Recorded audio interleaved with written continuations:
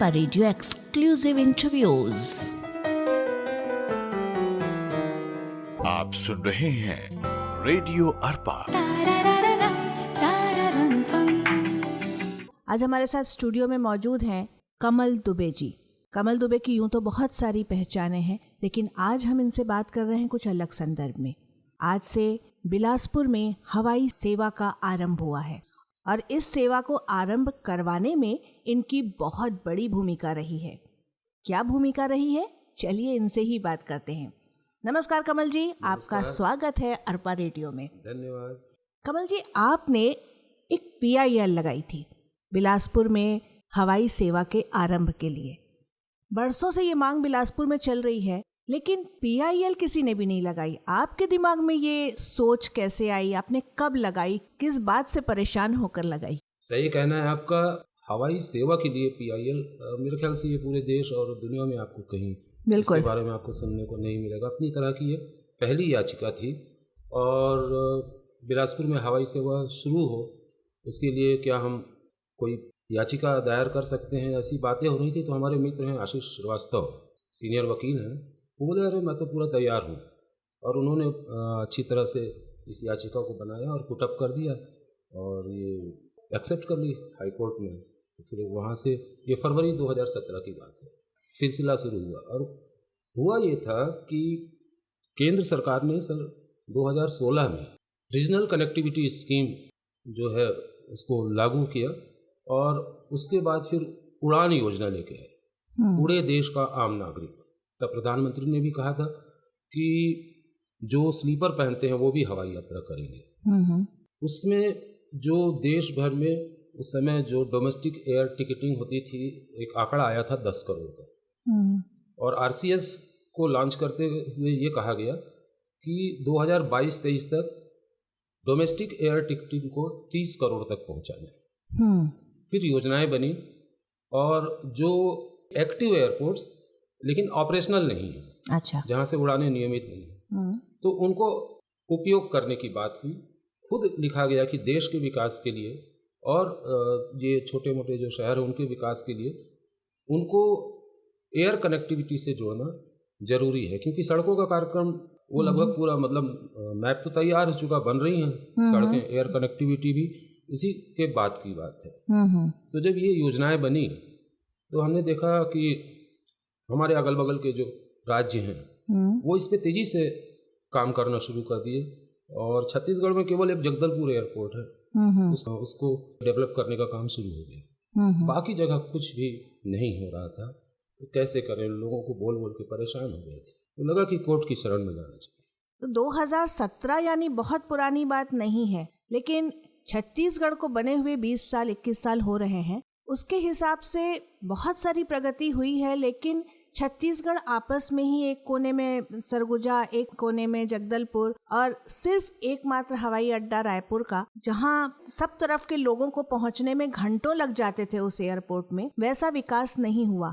और ये संघर्ष मैं सोचती हूँ 2000 के बाद से ही बिलासपुर में भी शुरू हो गया था कि दूसरा बड़ा शहर है छत्तीसगढ़ का। तो आप लोगों ने उस समय और क्या कोशिशें की थी? कर क्या सकते थे, हम मांगे रखते थे, अधिकारियों से मिलते थे, नेताओं से मिलते थे कि इस ओर भी आप ध्यान दीजिए, तो आश्वासन दिए जाते थे और होता कुछ नहीं।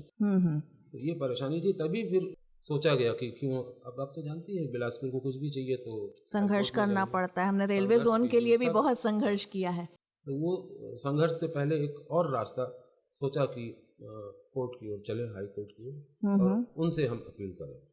अच्छा, जब आपने फिर PIL लगाई तो पब्लिक का क्या रिस्पांस रहा, शहर वासियों का क्या रहा, बाकी स्टेट वालों का क्या रिस्पांस रहा? बहुत ही बोलना चाहिए उत्साहवर्धक हमको लोगों का समर्थन मिला। और तुरंत जो प्रैक्टिसिंग बार एसोसिएशन है उसने भी एक याचिका बराबरी से लगा दी, फिर दोनों की सुनवाई साथ में हुई। अच्छा। और बहुत सारे जो शहर के बड़े व्यापारी हैं या संस्थाएं हैं उनका साथ मिला कि आप बहुत अच्छा काम कर रहे हैं और ये होना ही चाहिए, हम आपके साथ हैं करके।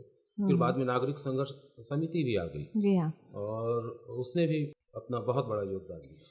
देखिए, हवाई सेवा बिलासपुर से शुरू हो ये बात हर व्यक्ति चाहता था, और यहाँ पे बहुत बड़े बड़े जैसे NTPC हो गया, SCCL है, हाई कोर्ट है, रेलवे का इतना बड़ा जोन है, इन सब के अधिकारियों को अक्सर देश के बड़े शहरों में जाना होता है, जिसके लिए इनको रायपुर तक पहले दूरी तय करनी पड़ती है, उसके बाद वो हवाई यात्रा कर पाते हैं, तो वो ज़्यादा लंबा सफ़र महसूस करते थे। हर व्यक्ति चाहता था ये सेवा शुरू हो, तो रुकावट आ कहाँ रही थी?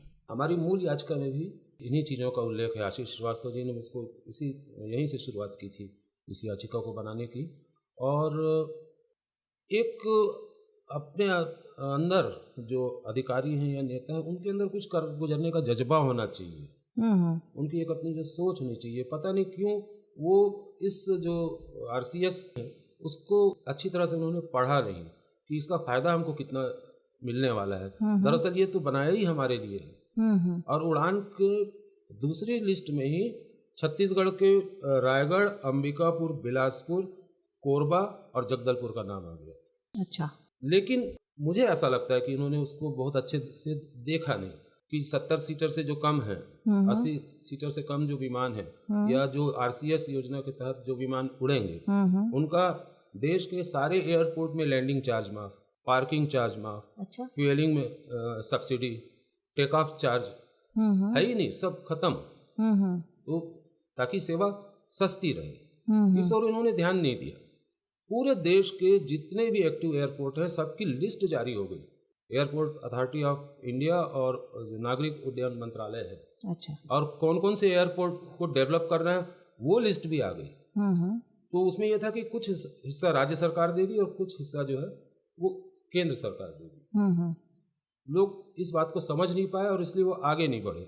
जब ये मामला कोर्ट में आया तब उन्होंने स्टडी की तो समझ में आया कि अरे ये तो हो सकता था, हम पीछे रह गए। हमारे अगल बगल के प्रदेश बहुत आगे निकल गए। बिलासपुर एयरपोर्ट को लाइसेंस मिलने की जो बात है ये तो दिसंबर 2018 में ही हो गया था।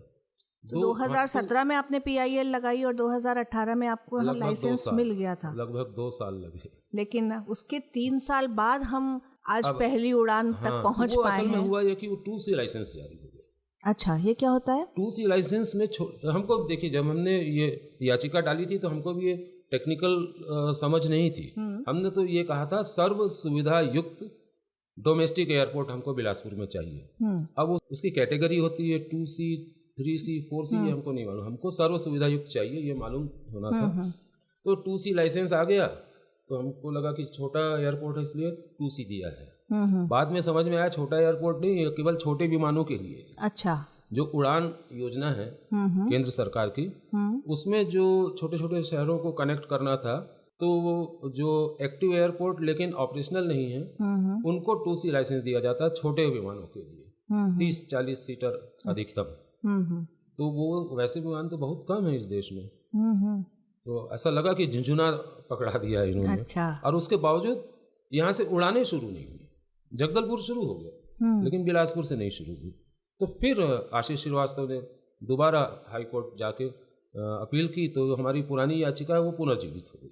अच्छा, तो अब जो सेवा शुरू हुई है हमारी दिल्ली से, प्रयागराज से, और एक विमान शुरू हो गया है अब आज की तारीख में, और आप जो है उसके पहली विमान के पहले यात्री भी बन रहे हैं। जबलपुर की सेवा से जो है आप उतरे हैं पहली बार जी, तो उसके लिए भी आपको एक बार बधाई।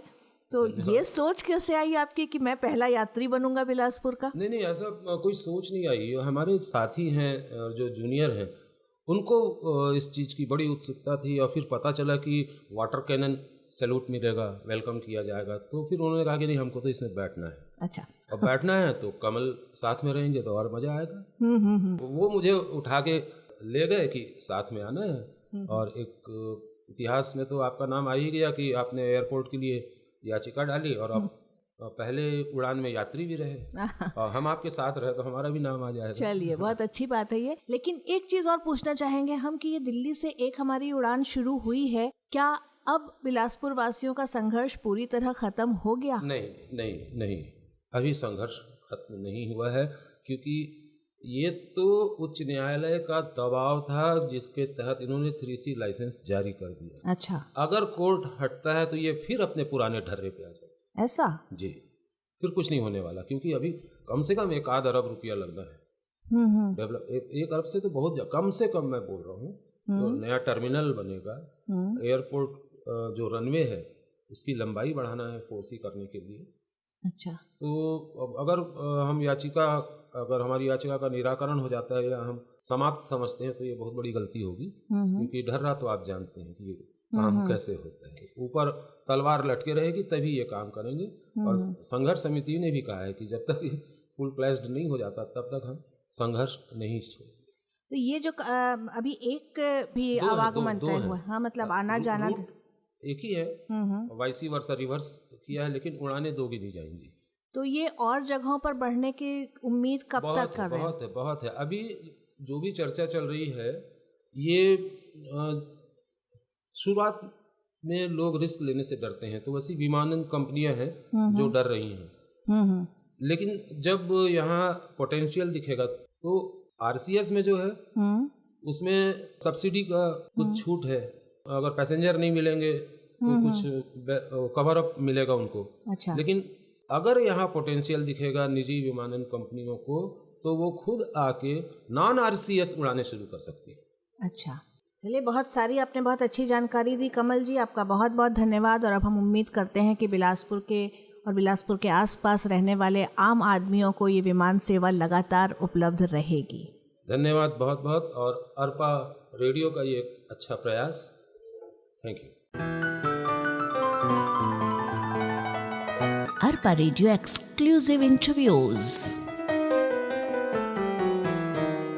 आप सुन रहे हैं रेडियो अरपा।